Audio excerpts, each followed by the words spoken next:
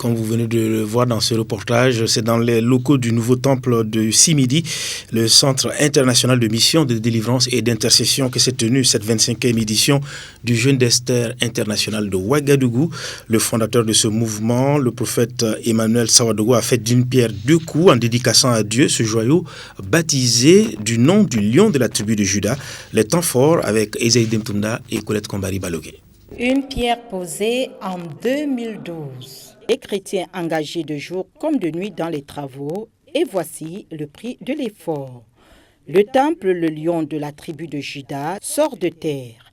Plus de 3000 mètres carrés, dont un rez-de-chaussée avec une mezzanine, et pour avoir une capacité maximale de 10 000 places.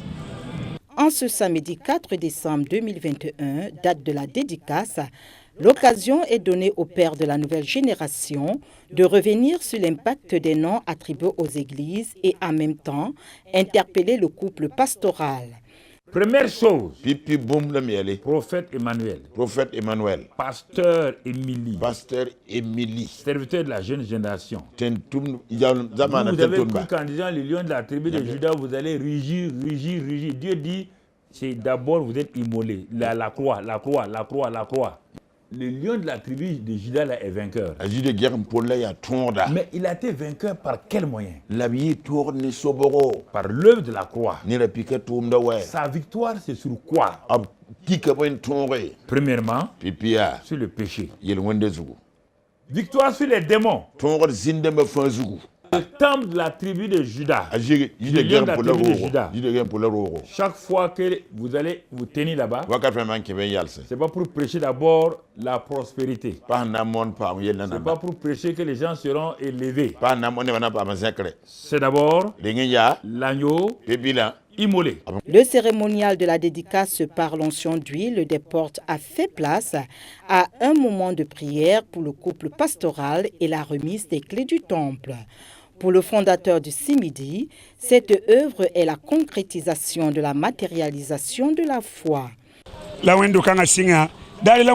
Et il y a eu un temps où le Saint-Esprit m'a convaincu de construire un grand temple, un lieu de rencontre où les gens viendront s'équiper, voilà, et d'envahir maintenant les nations. J'ai juste obéi à la voix du Seigneur. Je suis venu ici, c'était la forêt, et j'ai parcouru, j'ai marché un peu et j'ai placé des pierres. J'ai appelé maintenant l'architecte pour lui dire, tu vas suivre ce que j'ai déposé déjà comme plan pour la réalisation. Et pour les travaux, je n'avais qu'environ 1,5 million comme ça, et on a entamé les travaux et tout doucement les gens se sont engagés, il y a eu des sacrifices consentis de part et d'autre, et voici le travail est là et le bâtiment est là, et je suis satisfait parce que c'est comme un rêve qui devient réalité, voilà, et là je suis vraiment dans la joie.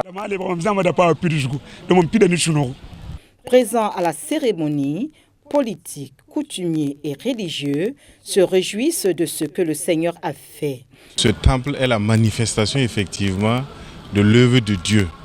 Pourquoi? Parce que quand vous voyez la majesté dans laquelle le temple a été construit, quand vous regardez l'effort presque surhumain qui a été accompli pour réaliser ce temple, on peut effectivement rendre témoignage et rendre grâce à Dieu pour l'assistance qu'il a bien voulu accorder aux pasteurs et à l'ensemble de la communauté ici. La foi a été vraiment étalée. Je pense que ce que nous venons de voir dénote que effectivement lorsque les gens sont unis, ils peuvent soulever des montagnes.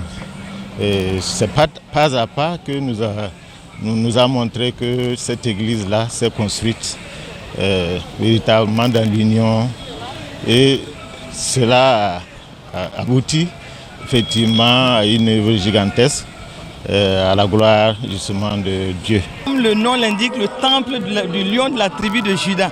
Nous savons que de grandes choses sont prévues de se passer dans ce lieu, et nous bénissons le Seigneur pour le couple pastoral, le prophète Emmanuel Sawadogo, son épouse, et toute l'équipe autour d'eux pour ce qui s'est passé. Parce qu'ils ont tenu pour que ce bâtiment voit le jour aujourd'hui, et cette cérémonie était simplement à la gloire de Dieu. Je voudrais dire en tout cas à la pastorale alors de continuer à prier, de continuer à veiller, de continuer à compter sur le Seigneur et à être des rêveurs. Des rêveurs, il faut rêver grand. Alors, et il faut s'attendre à un grand Dieu, voilà, et savoir qu'il est capable, tout est possible à celui qui croit, il est capable de faire des grandes choses dans ce pays.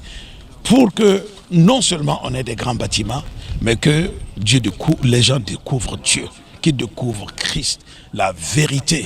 Nous sommes très surpris par le bâtiment et nous encourageons le prophète Emmanuel Saouadoro et son épouse, en même temps que tous les membres de l'Église et aussi les contributeurs qui ont contribué à la réussite de cette grande joyau. Donc nous sommes très satisfaits. Nous demandons toujours le Seigneur de bénir ce bâtiment et surtout tous ceux qui vont l'en profiter.